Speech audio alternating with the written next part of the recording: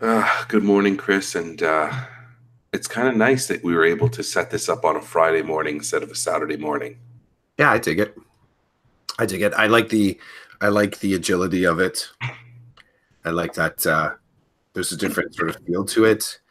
I think both of us kind of got hit with the same deregulation, dysregulation. I don't know. I think it's dysregulation. You know, me getting up 10 minutes before we're going to hit record, and you're mentioning too, like, I literally rolled over, opened my eyes, looked at the clock, and thought, "Uh-oh, this is what time I'm supposed to be starting the podcast." yeah, yeah, yeah. And it was just, but there was no, like, my sleep was peaceful, right? But you and I talked on the on-ramp about you had gone away with your family for a bit, and I was away with my family for a bit. And when you're in a hotel room and everybody's in the same room, the sleeping patterns and rhythms are off. And so when I went to bed last night, it was the best, calmest sleep I've had all week, kind of thing. Um, and so when my eyes opened for the first time and I saw the time, I was like, oh, you know, I I gotta go. So I was up and at 'em. It's funny, eh? I was thinking to myself, and talking about this with Karen, where you do the bed comparison, right? In your ways, you sort of is it as better or worse? And you don't sort of I don't go away comparing my sleep in isolation. It's always in accordance to what's better about your home. And that we were having that conversation, which maybe a lot of people do. It'll be great just to sleep in and be at home and sleep in your own bed, which is sometimes couched in the whole it's just good to be home. Like, even though you've had a good holiday, it's still good to be home.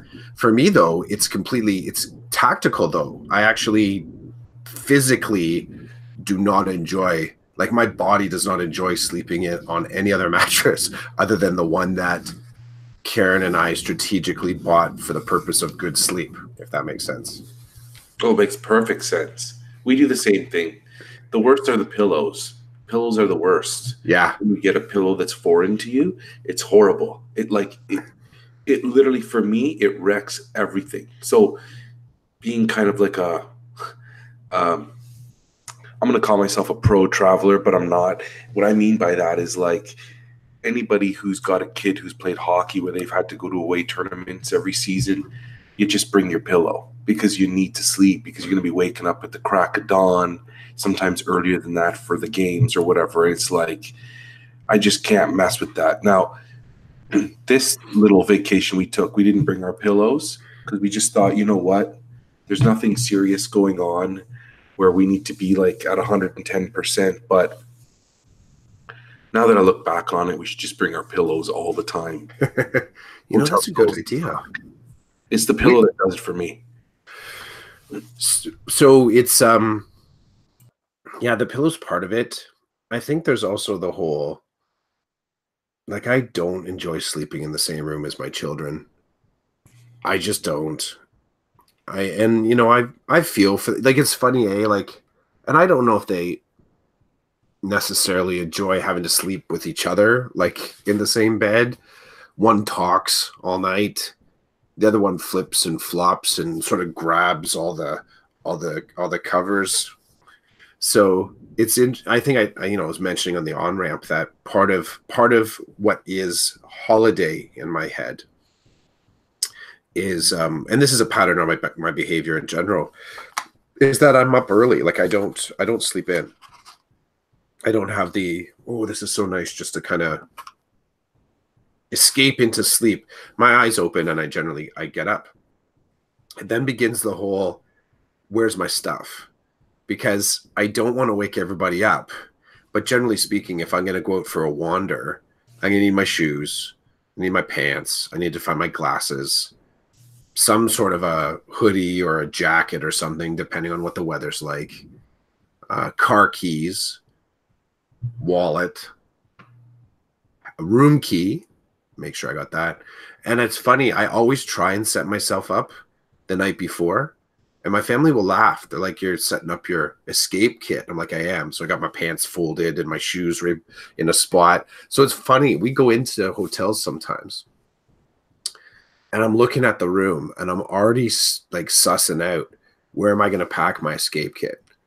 Where am I going to put my stuff? So sometimes it's headphones, my phone, right? My book, if I'm reading something. I guess I could just all put it in a backpack, but typically then I'm unpacking a backpack. You know what I mean? Like, it becomes like, how ridiculous do I want to make this? And how obvious too. So that's just the sort of getting the kit together. Then there's the getting out of the room and not paying attention to how my kids have kind of thrown their crap all over the floor, or that the door is really loud. And I know that I've made it out the door, but just the sound of the door closing, I've woken everybody up. Click, clack, like it just snaps back into place, right? Or you start to realize how the room design and how the angle of the door, like depending on how the room is designed and the light comes into the room, there's some, like I'll go props to the Fairfield Marriott, which is one of the spaces we stayed at. Their room was really, it was a smart design, because with the angle that the door opened, none of the light penetrated into the sleeping area. Mm-hmm. So, and their doors all had a soft touch to them. So they just close. It's like click, click. You give it a wiggle, you know it's locked, and I can sort of head out. And props to them too for having like an early morning breakfast available. So I could get down there like at 6 o'clock and the coffee's there. That's nice stuff. Don't have to go too far. The complications of traveling with family. The things you say about the door are right on. They're so heavy, and just everything about them is wrong. It's like the space I was in, it's like they designed a space that they didn't want anybody in. Like, it's weird. It's weird, but you're so right. Like, there's no escaping the room. I can't tell you how many times I've gone into a bathroom. So the hotels, I don't understand. Someone's got to help me out with this.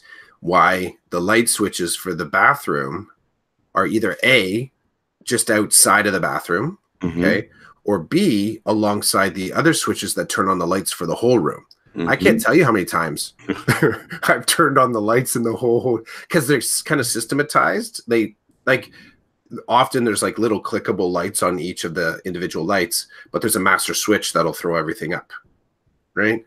And I can't tell you how many times I've gone to just turn on the bathroom light, which I've now taken to not turning any lights on. So I'm thinking of investing in, night vision somehow to sort of be able to see the room without turning any lights on.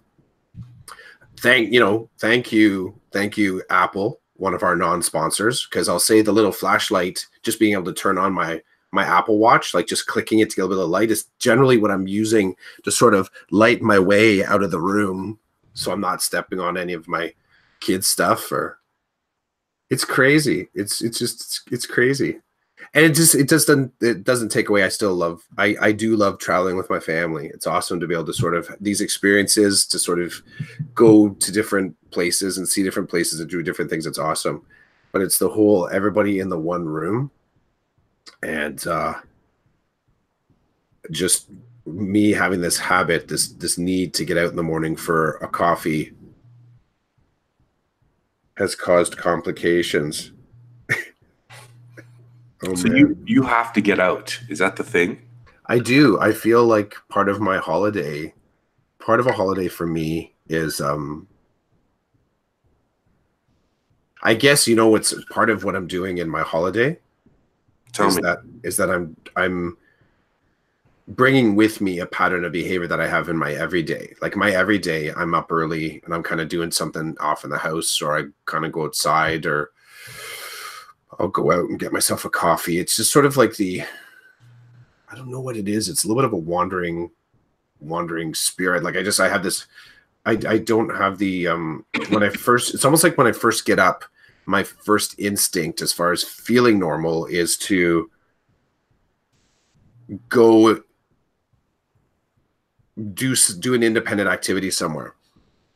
So maybe I'll go out on the deck if the weather's nice, and I'll read, or I'll write, or I'll come down to the basement and I'll work on something, or I'll leave the house altogether.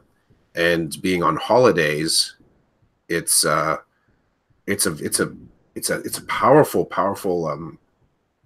sort of activity for me. Even when, so a couple years ago, when we went to, I was a chaperone on a school field trip, and we went to, it was actually a music field trip, but I was asked to come along, and I said, okay, what I'm going to do for my part then is I'm going to take the kids on food adventures.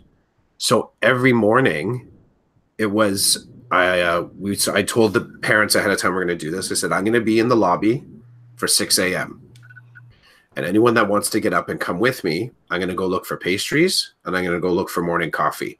And we're going to go and we're going to watch, well, we're also going to watch the city wake up. So we're going to see what that looks like. So there was a cultural kind of element to it. There was a food element to it. There was a sort of let's get going on our day element. And there'd be a cluster of us. Usually, so there was about 40 kids that went. And there was always I had a sort of a clutch of about 10 that were up and like, Clough, yo, where are we going this morning? And I'd be scoping these places out as we're coming into town, you know, some place that just had a nice little coffee and a pastry breakfast, or something that was kind of like anchored in that region. So we were in a few different places in Italy and Austria. So there was a lot of good eating to be done. So I even carried that as an activity. I don't know. It almost, like, I guess it's a hobby. That's what it comes down to. It's kind of a little bit like a hobby. So it's deep in me. And when I really, really distill it down, I get it from my dad. I totally get that from my dad. My dad used to go to this crappy, well, he always was an early riser, but it's funny. One of his haunts was this coffee time that was in town in Oshawa, where my parents lived. And it was the worst coffee. And he would drive across town for it.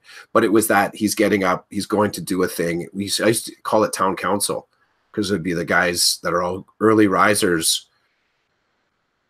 I imagine them all sneaking out of their house like at 5 a.m. in the morning to go to this coffee shop and have a coffee, read the newspaper, and come back home. Sometimes he'd come back home and sleep for another hour. So there's something in the DNA on the Clough side that sort of gets us up out of the bed. Yeah. I don't know, man. That's funny. Traveling with my family. Good times, eh? Yeah. Okay, so you just finished an AQ course. How are you feeling? I'm feeling good. It's it was a guidance specialist course. So that was something. There are 3-part courses. I don't know if it's the same for the additional qualifications at elementary, but secondary, there's AQs that you need to go through 3 layers of before you have the whole package. And the third layer, the third part, tends to focus on the leadership. So the whole school into community, into sort of board level thinking. So I've been sitting on that for a few years, and it was good to get it done. It was an interesting, so I did it online, and I think I'm having mixed feelings about online learning these days.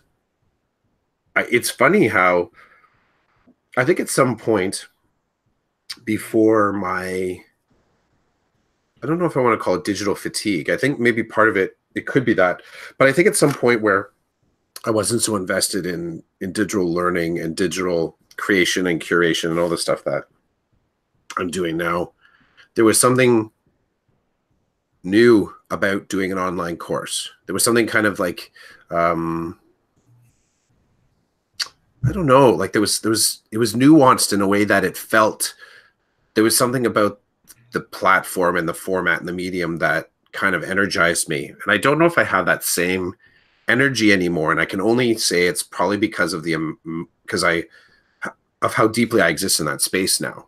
So I found it difficult to motivate myself to do the digital work. I started to think I would probably be more motivated to do this if I could sit and talk with someone, kind of talk it out, do in real life. So I'm thinking about getting my junior qual, and so junior qualification. And I think I don't know. I don't know if I'm on the fence. I would normally just say my life is busy. I need to get the qual. I'm going to trade the social relationships that you can build by sort of seeing and being around people, and the kind of the regulation that happens by having to go to a class because that's when it's scheduled for everyone to be there. I think I want to try that again. I think there was something to that, because that's the interesting element with an online course, is that you don't have to be there except at your own time. And I think I found that pretty left to my own devices. I thought, well, I'll just answer things in my own. I never got into any conversation flow. It was really staccato. I think it was part of a big reason why I left Voxer, to be honest. And some people love Voxer, but I found the fact that I was hearing a human voice, but it was never in sync with. I was never in sync with when the thinking was happening. It always felt like someone was just posting to me, and I didn't enjoy it. I didn't enjoy it as much as, let's say, when you're in an actual, like when I think about a Twitter conversation, I get the long form and not everyone's there all the time, but I feel so much better about a Twitter conversation when someone's there, at least for the 5-10 minutes when you're there, and then maybe they don't respond for an hour.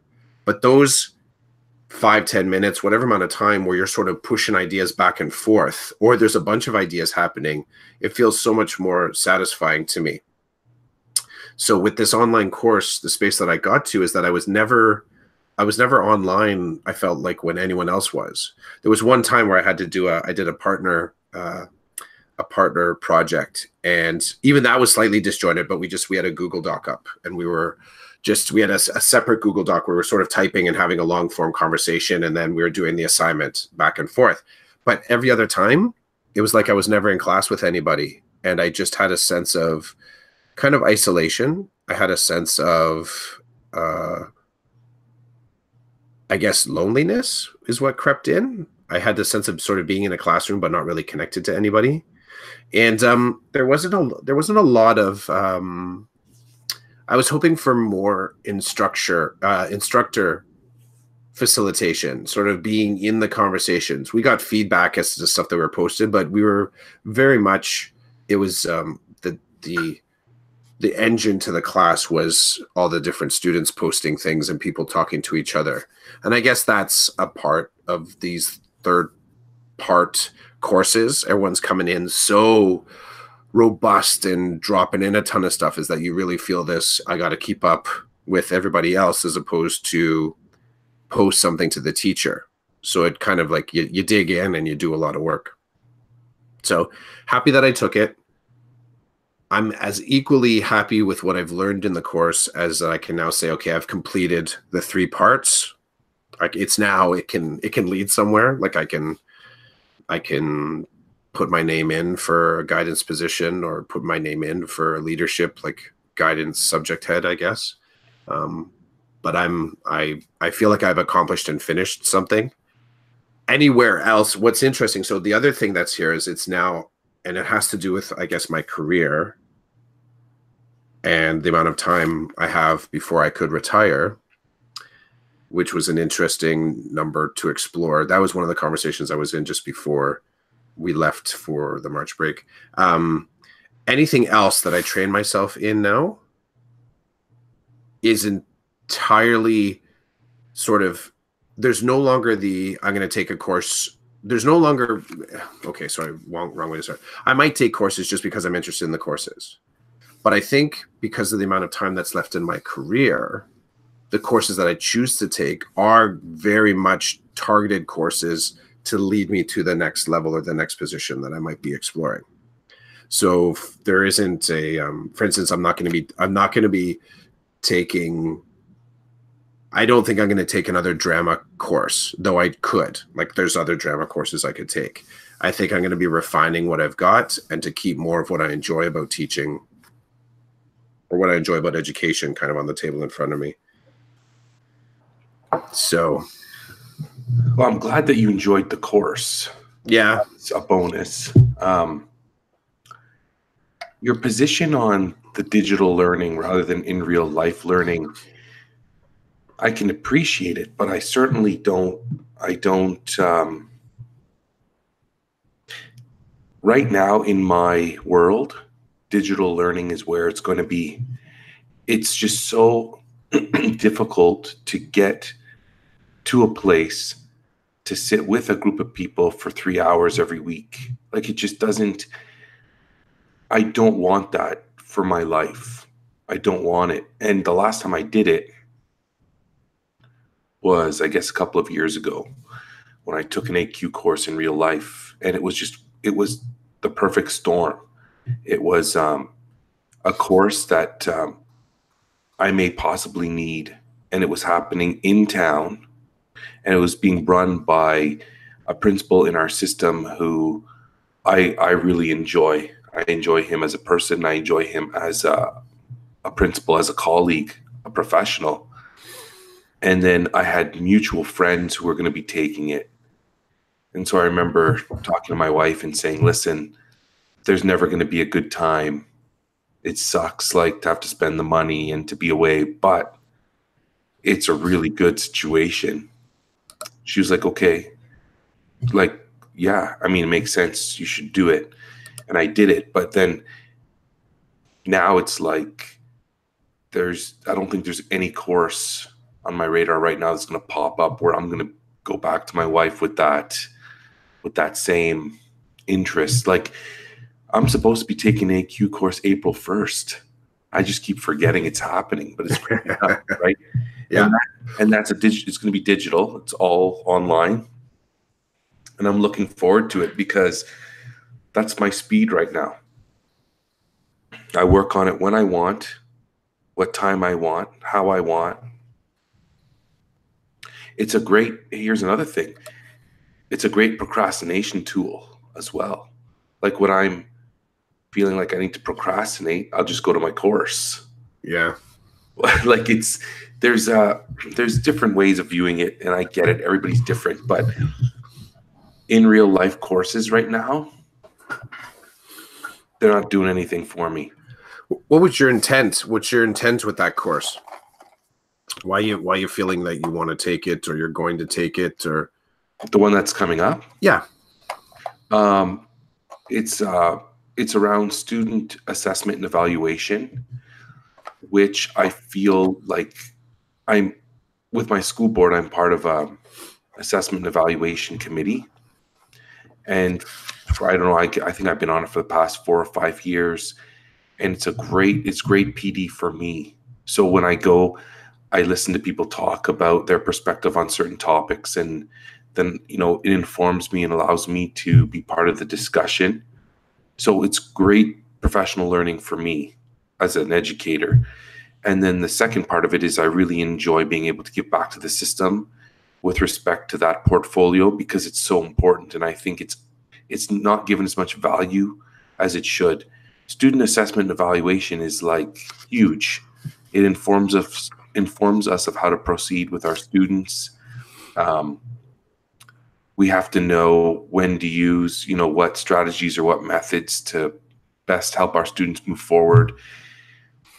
And so through my association, the Ontario English Catholic Teachers Association, I'm part of a professional development group, and they have made this course basically free for teachers in our association. But I was able to squeeze in before that deadline because I'm part of this other subgroup. And so it was brought to our attention, hey, if you want to take this course, it's free. And first they said to us, if you want, you can audit it. So you can jump in and out as you wish and then provide us with feedback. I said, but if you actually do the course and complete the assignments, you'll get the credit.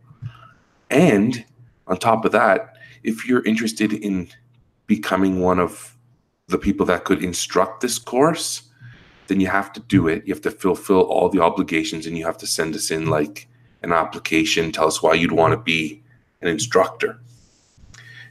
And so I went ahead and put my name in to do the course, to actually not to jump in and out, but to actually do it all and fulfill the requirements and also apply to be an instructor. And all those things have worked out. So I've got the green light for all of that. And it's just right now, it's just not, I don't need to give it any attention, so I'm not. But the more you talk about your AQ course, the more I remember, oh, I'm taking an AQ course and I'm in it to win it. So I want to do well. I want to learn and I'm excited about it. It's just not rolled up on me yet. I like what you said about the AQ that you took in real life because of the instructor. And it's the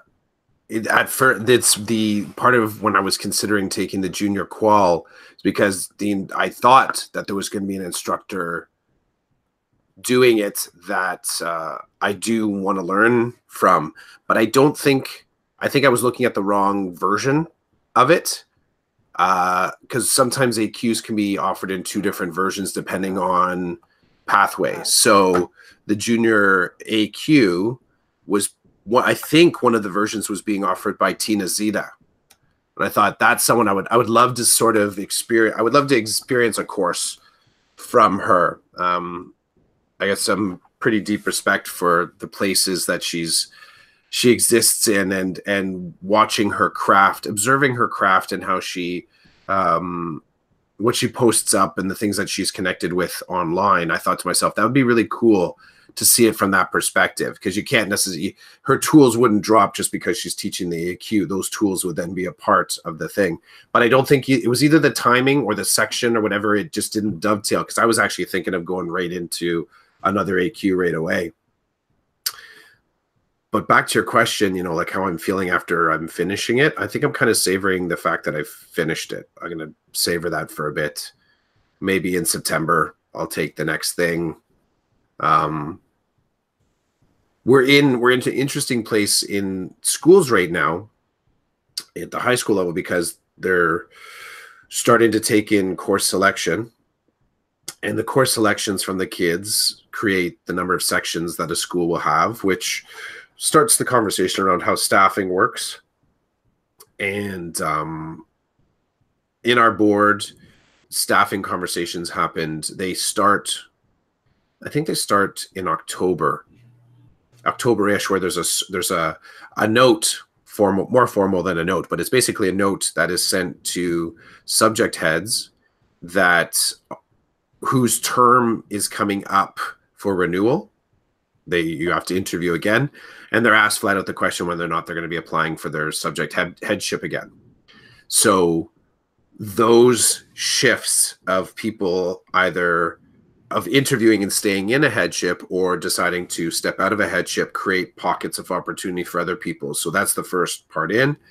And then the second layer in is when in the process of individuals interviewing for subject headships, if the local person, if the position isn't filled, as in no viable candidate made it in that first round, then in January, I don't know, in somewhere creeping into second semester, January, February, those vacancies are posted. So different schools that are still looking. So everything kind of starts with positioning. Staffing tends to start with positioning subject heads. And then once that's done, then they look at the numbers for the courses. So how many different kids want specific courses at your school? And then that all gets kind of chugged through the machine. And then you have other things happening, like, what's probably being announced right now from the education minister, how the provincial budget will be impacting sections and numbers and dollar allocations to schools. And then somewhere around April, May, you're starting to see where there's positions available at different schools. So they generate a transfer list. The only reason I mention this is that I've always watched the transfer list. I've always sort of looked to see, kind of done the self-check. Am I happy in the portfolio that I'm in? Are there other spaces or contexts that I would like to connect with? I'm not one to just jump ship, because I'm happy to invest time, but I know for me, I'm always watching, and I'm kind of like a 3 to 5 year guy where I'm looking for,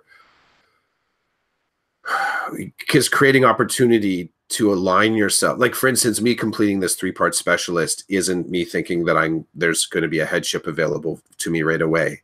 You have to sort of like build in advance, and then build the relationships that connect you with that type of a space, right? Like it's not like just because you have a qualification in something, at least in high school, you have a qualification in something, thus you're going to teach that.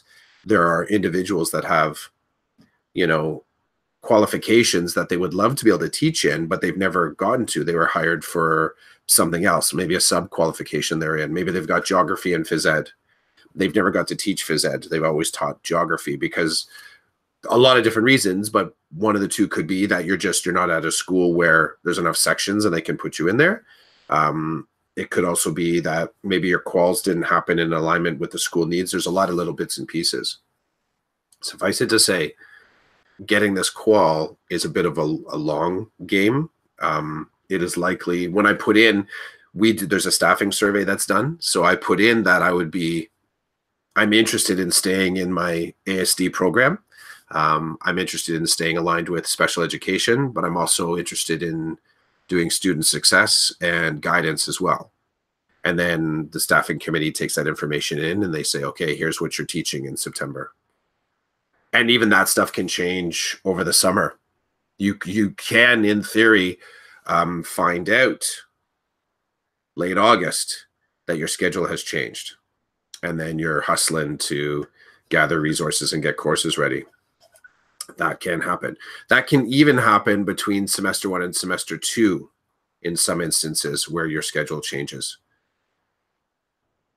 So you sort of think to yourself that you're teaching these 6 courses in the year, and for a reason they sort of decide that, well, it could be enrollment changes, it could be they reallocate sections, there could be different things that happen where either that course isn't viable or they have to move that course, or there's new initiatives that come in and courses get switched around, and one of those courses that was kind of in your time slot or where you're available during period 4, it's no longer there. It shifts to a different place.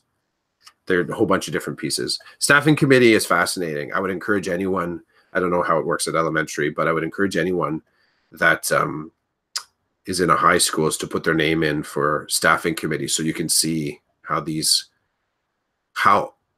fluid, how incredibly fluid it is to sort of get teachers into portfolios for a school year. So elementary looks like this. Your principal sends out a piece of paper that asks you to list your top 3 choices for what you'd want to teach the next year. It also asks for your qualifications. It may ask for a copy of your College of Teachers certificate, and then you hand it in. And then they either, some of them will meet with you. And that's always, for me, that meeting's the kiss of death. That meeting is, we don't have what you're looking for, what you're interested in. This is where we're slotting you. And then you make a decision. You're either going to try to leave or you're going to stay. Now, you don't make the decision at that moment, but you start thinking, oh, I guess I'm leaving. Kiss of death. I remember I got that at my last school. I put down what I was interested in, where I could see myself, and then I got the email, "Can you come see me tomorrow, please?" Oh God, and by all accounts, my principal and I had a great relationship. So it's not like my principal was forcing me to go or being difficult, in my opinion. I think by the way it looked and where I was like working, it just wasn't. I was going to keep getting squeezed out. So I went in to talk to her, and we talked, and she basically said, like, I have nothing on your wish list for you. Like, none of the grades you're asking for exist. I was like, really? All 3 of them? She's like, yeah, all 3. So anyway, long story short, I ended up leaving. I could have stayed, but I would have taught kids that I had taught before, and it would have been grades and a situation that I really wasn't interested in doing. Yeah. So sure, I'd still be at that school, but I really think I'd be sad a lot just because I wasn't interested. That's what it looks like in elementary. There's no staffing committee. There's no, I mean, and I've seen it where some principals don't care what you want. Now, I think since that time, I think there's been an agreement. Somebody has said somewhere, hey, you know what?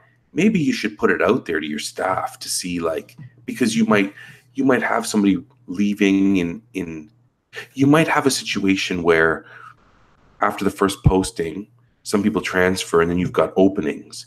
But you know John down the hall wanted to move from grade 4 to 8. And so now you don't have to fill your 8 position. You can put John in there. Then you have a 4 position open, and then you can start searching for someone to fill that. Like, so there is some consideration, some thought that goes into this because, you know, if your principal says, "Oh, you're intermediate qualified, I think you do great there. What do you think?" Then you have that conversation. That's a great thing. But to be told, "Oh, I'm moving you from 4 to 8 because I think it's right," but the teacher doesn't think it's right and has no interest in it, that could pose a problem on a number of different levels. But anyway, I thought it was funny when you were explaining it. I was like, that doesn't happen in elementary. If you're lucky, you get to fill out a piece of paper and hand it in. Then if you're more lucky and you've got an administrator that's willing to sit down and talk with you, they'll sit down and talk to you about where it looks like you may be slotted and why, and what your options might be, and all that stuff. I like the thing you mentioned around having to leave the school if you feel like there isn't something there for you. That's a pretty profound realization to come to. There's a whole, I've met more teachers than not that want to have all their growth happen at one school.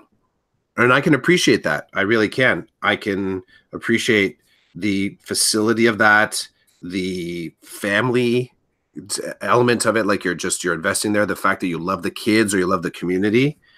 So it's a pretty profound realization to come to, that you as a teacher, you as an educator, to create opportunity for yourself or to maintain opportunity, or sometimes it's just maybe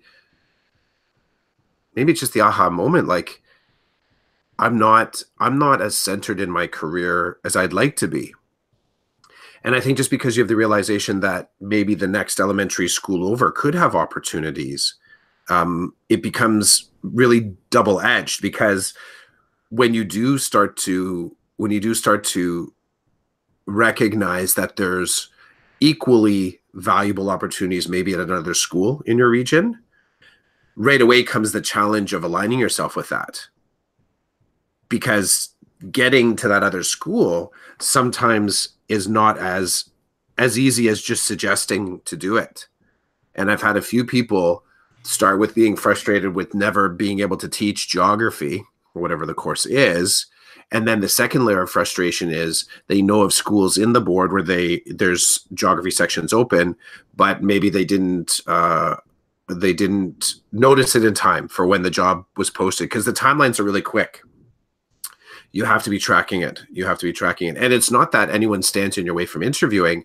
Sometimes you're just so damn busy in your own portfolio that you don't think to be checking it on the daily, and then having your resume and your all that paperwork ready to go. And then there's also the prepping for the interview. So there's a whole lot of really quick pieces that have to happen that if you're not paying attention, I will start it with, if you're not paying attention to your own career and making sure that there's an element of self-care and self-enjoyment in it, then it's sometimes tough to get on that on-ramp and get ready in short order. There's almost like this wave that happens of individuals where you might be talking with a colleague and they say, "Oh, can you run me through a few questions? I have some questions that are some practice interview questions. Can we do a practice round where you ask and I'll answer. Like that's the thing that happens where teachers are looking for help to sort of help shape their answers and feedback. It's a pretty frenetic space. But I liked how you mentioned the whole going to another school and you might have to transfer, because that can be a life-changing event for both better and worse. If you're sort of jumping because if you're jumping for reasons, some reasons can sort of lead to disappointment quicker. From my observation, for me, when I change schools, I try and change when I'm sort of coming across the top of the curve there. I'm really hesitant to sort of create change when I'm coming over the sort of the edge of it and sort of falling to a low, because I feel like I don't have the energy to put my best to the actual interview and to be able to sort of speak to my qualifications. Like it's so much harder. But there's also a weird kind of sensibility that happens though when you sort of are suggesting like you're doing amazing work in this place, you're really enjoying the kids, you're feeling like you're integrated into the community. So why would you change schools? Why would you change? So it's almost like when the stuff is really going good, someone's going to ask you why you're changing. And then if you sort of tip too far around and you're kind of in a lull, you might not have the energy to actually speak to why you want to change in a sort of a positive community building way. So and all of this right now, our conversation kind of, couched in whatever announcements are being made about what is it that is being announced today? I feel like I should know exactly, but I don't know if I do. It's not specific to education. It's budget announcements today, isn't it? No, there was an education announcement that I might actually affect you. Oh, yeah? Yeah. It's about increasing class sizes in high school. Okay. There's a cap, 22. It's moving to 28. Depends on the course. It depends on the actual, what it did depend on was the level of the course. Does that make sense? Like if there's so in the past, if you had an essential level course, there was how do I do this? Okay, so essential or workplace directed courses had a cap. And then if you had a college level or a applied level, that number was a little bit higher. If you had an academic or a university bound, the cap is a little bit higher. So as you sort of stack up, as you have more, what would the word be? They're not tougher courses, but as you said, as the destination gets closer to university, the cap for the class moves up. So you're saying one of the things, so they have officially changed, or they're proposing to change class caps? They're saying high school classes will grow to an average of 28 students, okay, up from the current 22, though class caps in the early elementary years will remain. Education Minister announced it today as part of a package of system reforms. Okay. So I mean, I've seen some OSSTF tweets come out about that, and they're already like, this is going to cost jobs. Yeah, it's gonna cause some difficulty there. So we'll see. They're going to beef up EQAO. It's hard, eh? Like, it's as I'm. I have to laugh because as I scroll through my Twitter feed, there's a lot of joking around. There's a lot of satire. Yeah, it's great reading for when you're bored. But yeah, there's a lot of good stuff here. Anyway, long story short, again, they've smokescreen.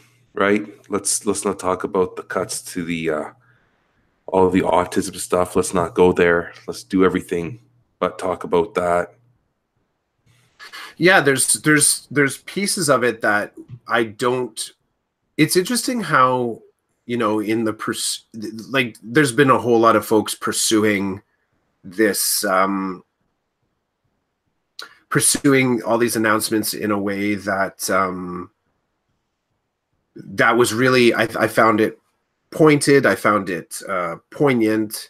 I deeply appreciate Andrew Campbell and the you know, dude is drowning in tracking this information. He just and on point and on edge of it. There's a few other people that are really hustling and making sure that in the space, because so much if one of the realities of sort of following any sort of story, any news story that has, you know,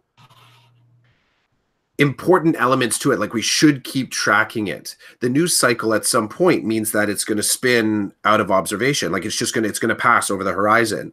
So I appreciate the individuals that have the tools and the skills to keep me paying attention, to keep me connected with what's changing in the political landscape of my job. And Campbell did a phenomenal job of that. The counterpoint to it is always, for me, is also how do we keep in mind that there's information flowing at us all the time, but also delivering action in a way that is as equally timely. So it'll be interesting to see. So I have a notification set up on Twitter for OSSTF, and there hasn't been anything said yet, specifically from OSSTF communications. So I'm waiting to see, like, there may be other things that are tagged from OSSTF, but nothing has actually come from OSSTF yet. I'd be curious what you've seen, you know, even if it's yeah, there's nothing yet from OSSTF, no response. It's just somebody was tweeting and their handle said OSSTF. I doubt that it's somebody official, like official wise, that should be out there speaking, but they made some good points, some quick good points. It's funny, somebody I follow tweeted about half an hour ago that the Minister of Education acknowledges that EQAO is unpopular with parents, teachers, and administrators, but pledges to improve it and spend more money on it rather than eliminate it. What I'm loving about this is that there are people out there, like you said, like people like Andrew, who are following it closely, who have the skills and the tools to make sure that they can, like, they've got the information at the ready for people. They're fact-checking stuff. They're digging deep to provide anybody who wants real information about what's really happening. Like, that stuff's all available, and I love it too, because, you know, I've got a lot of friends who aren't teachers who, to be honest, are just sick and tired. They're tired of, like, they're tired of trashing teachers.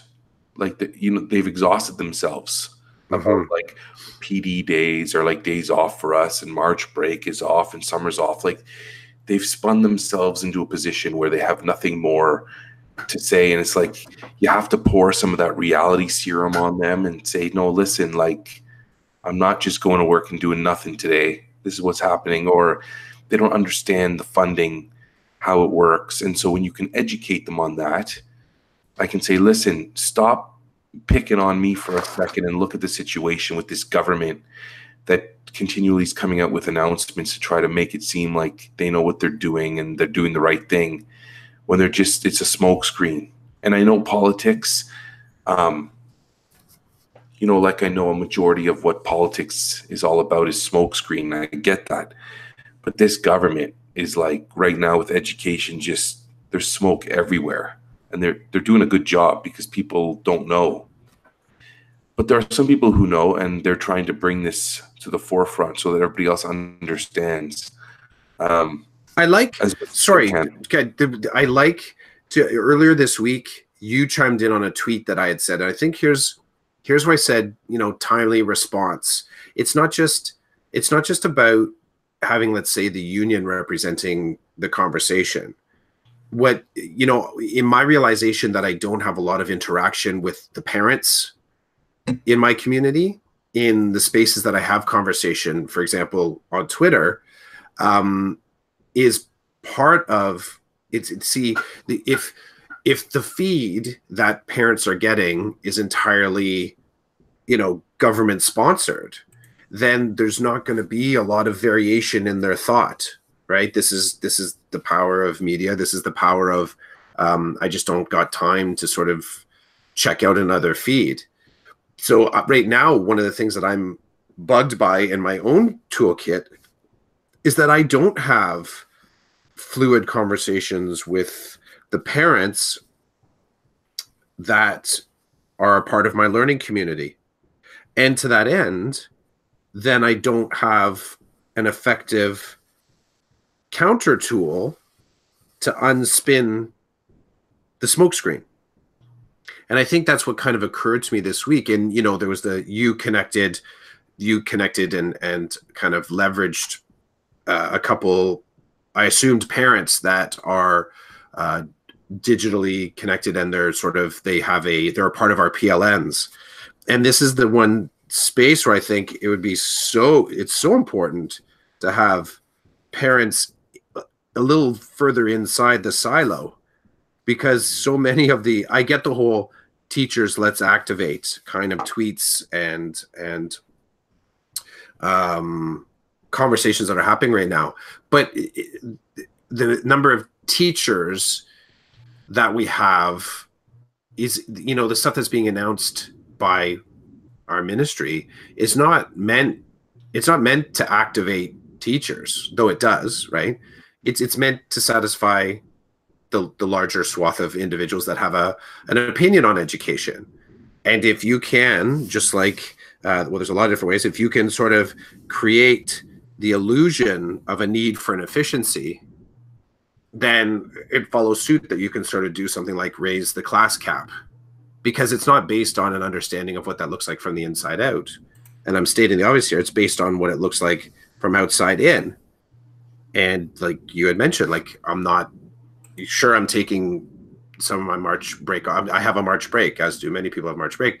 But the whole idea that somehow that by having a March break, or by having 22 kids in the classroom, where that number lands, that somehow there's a necessity to trim the fat from a classroom experience. There's the carrier wave between what the government's doing and what teachers experience is having parents a part of the conversation in between, so that they're getting a deeper piece of what's actually going on in the classroom. And I'm sorry for cutting you off like that. That was a lot longer than I thought I would blather about. Yeah, no worries. It's just interesting. The whole thing's interesting. And hopefully people will have gotten over their hatred for the last government that was in, and we can get some change again in the next election. And I think people voted for a government that had no platform. I know, I know. Like, so people voted for a group of people that said, hey, we don't know what we're doing yet. We'll get to it later. Right now, we just need to get out of this mess we're in. And that was good enough for the majority of the people. And, I believe in democracy. I'm not going to cry over the fact that people voted for a particular party that I don't agree with. That's the way it works, right? Yeah. For many years, a lot of the people I hang out with and are friends with weren't happy with the government that was in place. And I just was like, this is par for the course. I mean, look at what's happening federally as well. I know. You get a change in government, and politicians just can't stay out of trouble. I think that's part of their work, is that they end up, scandals come out, or scandals are created, or somebody does something ridiculous, and then it causes a problem. And so that's the way it goes. But it's unfortunate that you have to dismantle. Like, they keep talking about how Ontario's education system is like top 4 in the world. Well, you can't stay on top when you go in and start wrecking everything. And I mean, it's good for a reason.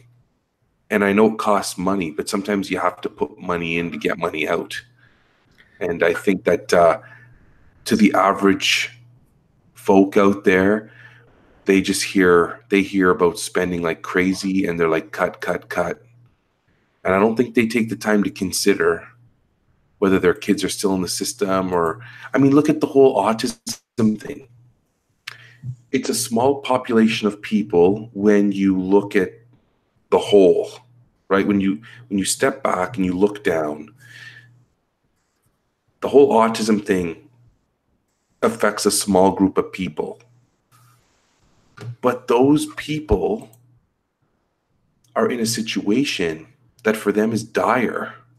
It's not like, I don't want to call it a problem, but I don't have the words. It's a small thing in the big picture to the people who are running the big picture. Mm-hmm. And I'm loving how people keep directing everybody back to the autism cuts. I love it because it's going against the traditional way that these politics operate. Right before Twitter and Facebook and all these ways that people are connected like crazy, before that, it would work because there was no other way to mass communicate with people. I mean, unless you had access to the radio or to a television station.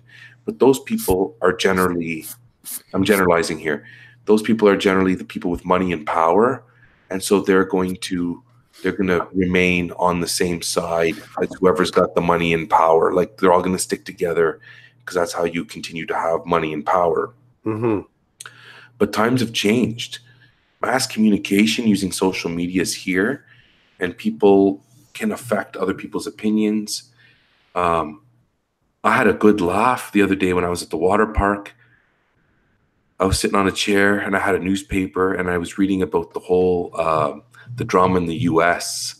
over celebrities who have paid for their children to get into universities, and like that's the short of it. The long of it is like there's all kinds of corrupt issues around scholarships and people writing SATs for you and just fake scores. And I was laughing. Thinking I'm even surprised somebody went after these celebrities. I'm really surprised because this has been going on forever. People with power and money have been influencing those systems forever. It's not new that mommy or daddy paid someone to get their kid into university. Right. I'm sure it happens in Canada. I don't know what it would look like, but I'm sure it happens. And even the argument the other day with my family was, well, like, these people are rich. What do they care? And I said, take a step back for a minute. Take a step back before entrepreneurship was popular and before high tech was here. These kids going to university are going to make mommy and daddy happy. And that's what it's about. It's about tradition. It's about maintaining connection. It's about maintaining influence. And so if I'm a rich, powerful celebrity, I want my children to go to Harvard or Yale or Berkeley because I want them to form their own connections. And I want my money to flow through them so that they can make their money and we can all continue to keep it inside of our circle. Yeah. And you keep building the circle, but you let your little people go out and make their own dent in a bigger circle. And you let them build their influence.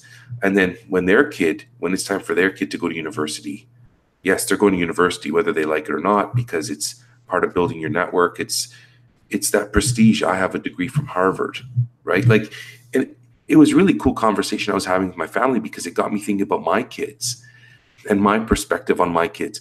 I would love, at this moment in time, I would love my kids to go to university and get a university education and then to be able to say that they have one. But that's all about me and nothing about them. Yeah. I have no idea what their interests are. I have no idea what their aptitude's going to be like at that point in time. It's all about me. It has nothing to do with them. And then when I rewind and I go back to the time that I went to university, my father basically came to this country so that I could go and get an education. And my father came from a different place. So come hell or high water, I was going to university. There was no question. There was no question about aptitude or interest or skill. It was plain as day. You are going to university. You are going to leave that institution with a piece of paper that says you have a degree. And I don't think my dad cared what it was in or how long it took. It was happening. And my dad didn't have the money to pay somebody to get me in. My dad Yeah. didn't have any influence or any power. I got in on my own merits. And I could say I'm proud of that because I worked hard to get there. But I need to learn in the next, 4 or 5 years. I need to back off of my thinking about what I want for my kids and to let them decide, like, for them to realize and figure out what it is they want for themselves. And that's hard. That's going to be hard for me, I think, because I've grown up in such a traditional way. And even, the influencers out there saying, university's it's a bag of garbage. You don't need it unless you're going for something very particular or whatever. There's still something to me. There's something to me about it there is some value there. There was when I went to university, the critical thinking that I went through and the connections I made and the learning I encountered, it still means a lot to me to this day. Is it still like that today? I don't know. I don't know what it's like for a kid to go through it today, especially if I had friends that weren't interested. They just went because that's what you were supposed to do. That was me. Okay. There was nowhere else for people to go. I mean, some of my friends went to college just to go, but they found what they were doing was not challenging. And so next thing you know, they either did 2 years of college, got a diploma, and then went to university because everybody was still there and they had nowhere else to go. Or they did a year and they're like, yeah, this is a joke. Like, this isn't working for me. So then they went to university. And some of them went to college and were like more than happy and satisfied after 2 or 3 years. They got their paperwork and they were out and they had a job and they were doing their thing and enjoying their life, starting their life. So it got me thinking, maybe if I was rich, I would like to think that I wouldn't pay for my students, like I wouldn't pay to get them into something they couldn't get into themselves. But I do tell you that if I was rich and powerful, I might want the same thing that these rich and powerful people want for their kids. I would want my kids to have influence, to be in circles that would benefit their life in some way, so I can't say that I wouldn't want that for my kids, but that's not the life I live, right? I don't live that life. So if they want to go to university, they're going to have to get in on their own merits. They're going to want to go to college. They're going to have to go get in on their own merits, and they're going to have to establish their own connections and their own network and go from there. What are your thoughts on all that? Yeah, I think that for me, I see. Actually, I'll come at this in a different way. I actually don't think a lot about from like my. How do I say this? I don't spend a lot of time thinking about whether or not my kids are going to go to, like, what their post-secondary destination is going to be. I don't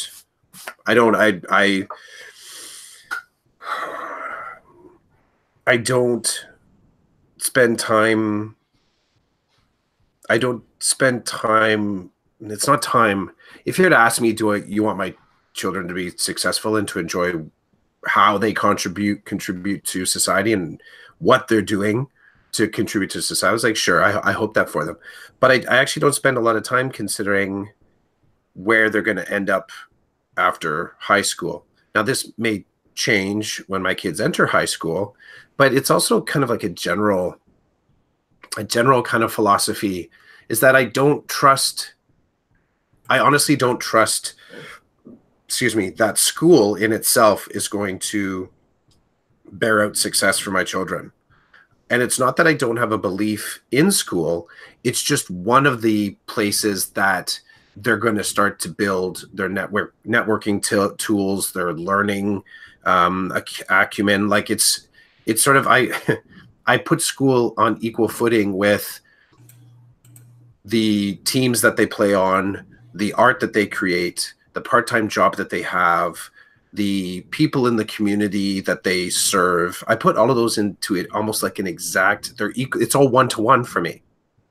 I don't have a belief that school is the thing that's going to lead to my children's success. And it's not because I don't believe school is a powerful piece of it. It's just one of the pieces. So when I start there, I guess the way I would have to look at it is that if I were rich and famous and famous doesn't matter, but if I were rich and affluent and with the same mindset, I still wouldn't think that school was going to get them there. I'd be thinking to myself, you still need to make connections, meet people, create a whole lot of stuff, and be out there connected in the community. And you're going to be more likely to find a thing that will ensure your success long term. I've mentioned before, I asked my mom about this. They wanted me to go to university, but I didn't feel any pressure like I had to. And I think for my story, me going to school, to university, because all my friends was kind of a measure of that. It sort of says that I had worked to save money so I could pay the bill. At the heart of it, that's kind of what it came down to. That, well, two pieces: that I had the money to pay the bill, and that the schools that I applied to said yes. And I didn't apply to prestige schools. I just applied to schools.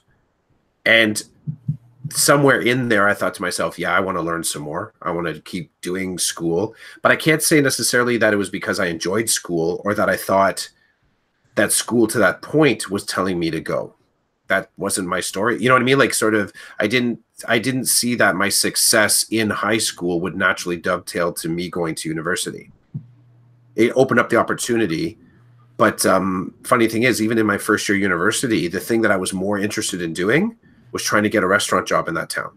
Like, that was actually in my mind. Okay, like, how am I going to do school and how am I going to get a restaurant job? How am I going to make school work? How am I going to continue to make school work with what I consider to be my real life, which was cooking? I'm thinking forward through this because this was something that came up. So we're talking about the impact of the decision on secondary and the class cap. You're right. That's going to change staffing. You know, it's going to start to, it could potentially, depending on the seniority of a school.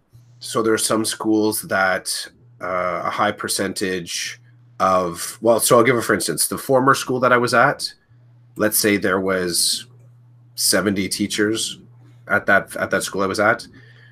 Probably somewhere around 30-40% of the teachers there had 20 plus years of experience to the board.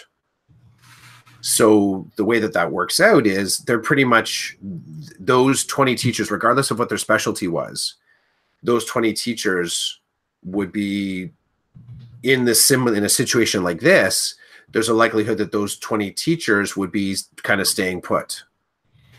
Then at the in that middle sort of 20-30%, probably maybe 20%, there were teachers that were somewhere between, let's say, 10 and 20 years teaching. And then the bottom, and I'm not keeping track of my percentages, but a fairly fat percentage at the bottom of the seniority list were teachers that were under 10 years.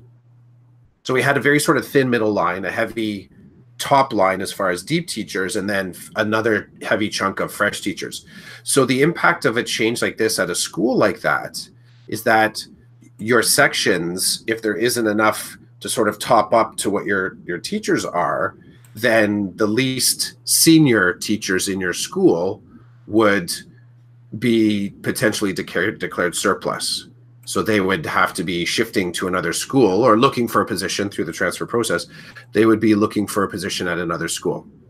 And then there's steps within our union to help individuals find something if something isn't ideal.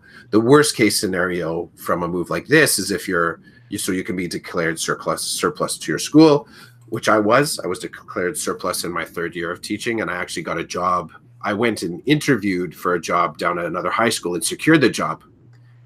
And what happens is that when you're declared surplus, you're offered the opportunity for recall. So if the numbers change, you're asked right there by the principal and the union representative. So there's a branch president that's at each of the schools. They're sitting in. They tell you, Mr. Chidiak, you've been surplus to the school for staffing. There won't be a position as of right now. There isn't a position for you in September. You are welcome to, I don't have the lingo, but basically look for another position at another school through the transfer process. So you'd be looking at all those gaps in the sort of master list for the board.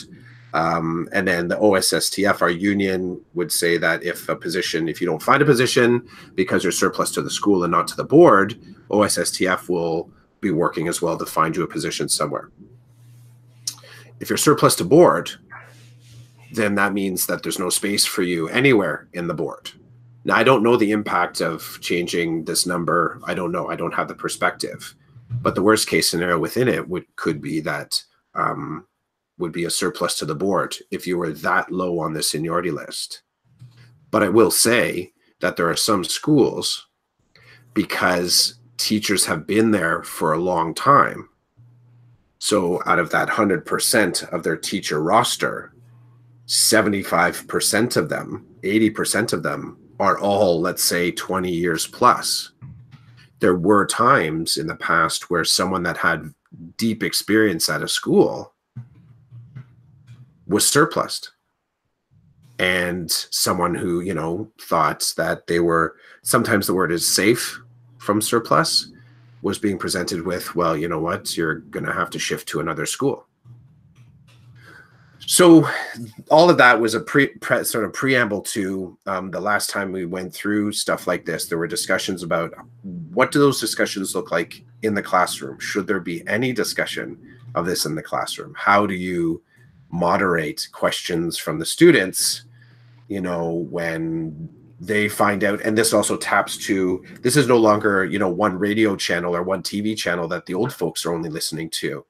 There are students that are paying attention to the Twitter feeds and the digital feeds and are as savvy about the changes as many of the employees to which this is going to impact as well. And there was some really interesting chatter the last time we went through this in our collective agreement bargaining as to how much conversation do you have of this in your classroom? Because students will be asking, and they're going to make connections really quickly around, how will this impact the courses that are being offered? How is this going to impact? Students know about surplusing. They know how it could impact having a teacher there next year or not next year. And for some students, they're like, well, I really wanted to take this course with this student in much the same way you and I were talking about taking AQs, and the opportunity, sometimes you say, well, I might not take that AQ because I don't necessarily want to take it with this teacher, this instructor. There are students that will say the same thing. Well, I don't really want to take the course if it's not with that instructor because they're awesome. So coming back on Monday, I'm sure there's going to be something, some mention, some directive from the mothership, OSSTF.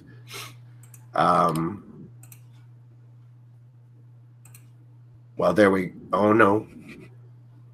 The actual thing that I just got from OSSTF is about the, it's not about education. It's about the shooting in New Zealand.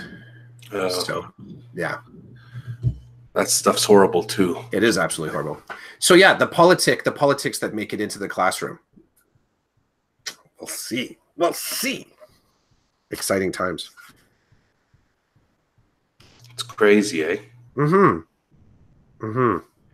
And everybody that was sort of holding their breath for something to be said, let's see what sort of arsenal is opened up on this, right? So individuals that were following, it's also an interesting time for sometimes the fortresses to get sort of kind of closed up. So people that were with equal measure observing possible bad behavior by the ministry, let's say now, if it's not something that directly affects them, will we see them kind of fade into the background? Does that make sense? A little I, bit, with yeah. equal measure, what's that? I said a little bit, yeah. Yeah, so I was with equal measure watching to see who's sort of talking about it that is elementary, who's secondary, who's, you know, let's say French speaking, who's has a vested interest in ASD. So how is everybody kind of just in the mix?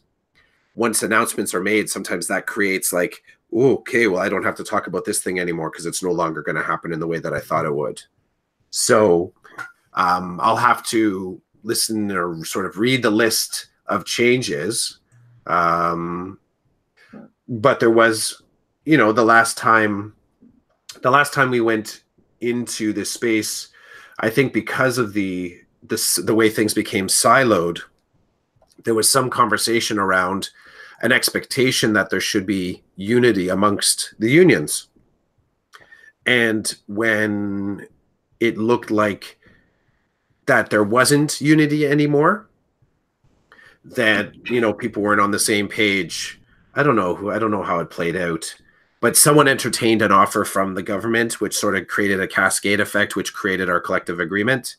I'm always curious as to how unions are talking to each other to sort of not, I guess you have to sort of keep your members, you satisfying your members' constitution, but the other side of, you know, how powerful it is when unions can sort of like also stand and say, this is bad for everybody. And maybe this is the things that have been announced, like we'll say like the class cap looks like something that is, you know, on one hand could be entirely carried on the shoulders of secondary schools.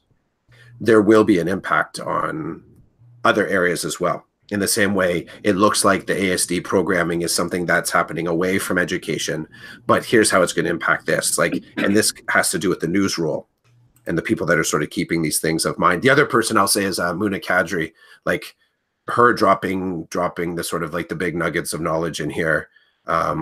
Kudos out to her for sort of keeping people aware and up to date on things. So.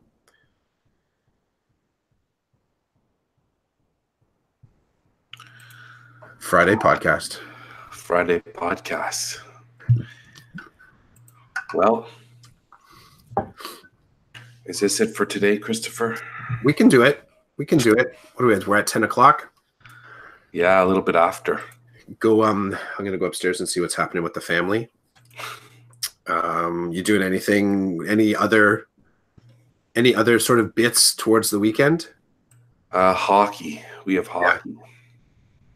And you know what? We need to tidy up the house. Place looks like a disaster zone. So we tried. We said, okay, before we take off last week, we said, let's do a little bit of cleaning. But it kind of came down to, we could probably do it next week. So that's true. That's where we're at. All right. That works. So have a great last weekend before you go back to work. We're gonna go hang in Toronto. We're gonna go. That's your day in Toronto, right? Yeah, we're gonna go to TO. I'm hoping that they still have TTC family passes. I'm hoping that they still. You haven't looked it up? No, but they have a daily pass. What it might come to? Well, worst case scenario, it's going to be a 1 day pass. So either we're gonna get something. But I can remember back in the day there used to be a family pass. So you could just kind of travel all together. Yeah, so we're going to go to Chinatown. We want to take the kids to Kensington Market. We might stop by the Eaton Center. We'll park at probably at Finch and just take the subway down. My kids have never been on a subway car, so they'll dig that. We'll do some streetcars in Toronto too. Celebrate March break with the TTC. It says this March break, customers can purchase a group day pass for 1 day of unlimited travel on the TTC. Perfect. From Saturday, March 9th to Sunday, March 17th, individuals or groups can explore the city for 1 day for just $12.50. Children 12 and under always ride for free. I did not know that. So it's basically you and your wife. 2 adult passes with the kids as a tag on. Well, Go announced something similar, eh? Go Transit, the trains and the buses, they announced the kids travel for free thing, which I thought was kind of cool. So a group family day pass is available. It says 2 adults and not more than 4 youths, or just 2 adults, or 1 adult and not more than 5 youth. So you two are in luck. Cool. Yeah, we're looking forward to it. There's also a place downtown that I want to check out called Chica's Chicken. Spicy chicken. Oh, it was when we were away. I didn't take too many photos at all, to be honest. Did a lot of writing, didn't do too much photo posting. We went to a place in London. So props to St. Albert Diner, or the Albert Diner, right on Richmond Street, and old school kind of diner. Mm-hmm. And my son, they're doing it up right. So their cherry Coke and their vanilla Coke is actually Coca-Cola that they put the syrups in. It was delicious. My son had their maybe world famous Wally burger, which was peanut butter and bacon. He loved it. Yeah, it was a cool little like throwback. Really small joint. They've had the same owner since 1982. Wow. But it has been there, I think they said, since the 50s. So it's deep. Totally felt like a university haunt. Totally. But it was good chow, man. Good onion rings and great milkshakes. So yeah. But I thought of you. I thought about the burger thing. But he dropped that so fast that I didn't get a chance to take any pics of it. Like, he just sort of mowed into it. That's too bad that you couldn't get a pic. Yeah. So, peanut butter and bacon on a burger. I'll try it if you'll pay for it. Okay. I'll do it, because I didn't get a taste of it. He made such a mess of it. I'm like, yeah, you eat that. You know, you want to get the first bite, not the one after they've just massacred the piece of food. You're like, you have bite marks and slobber all over this. Yes, sir. All right, man. Have a good one. Yeah, for sure. Take care. See ya.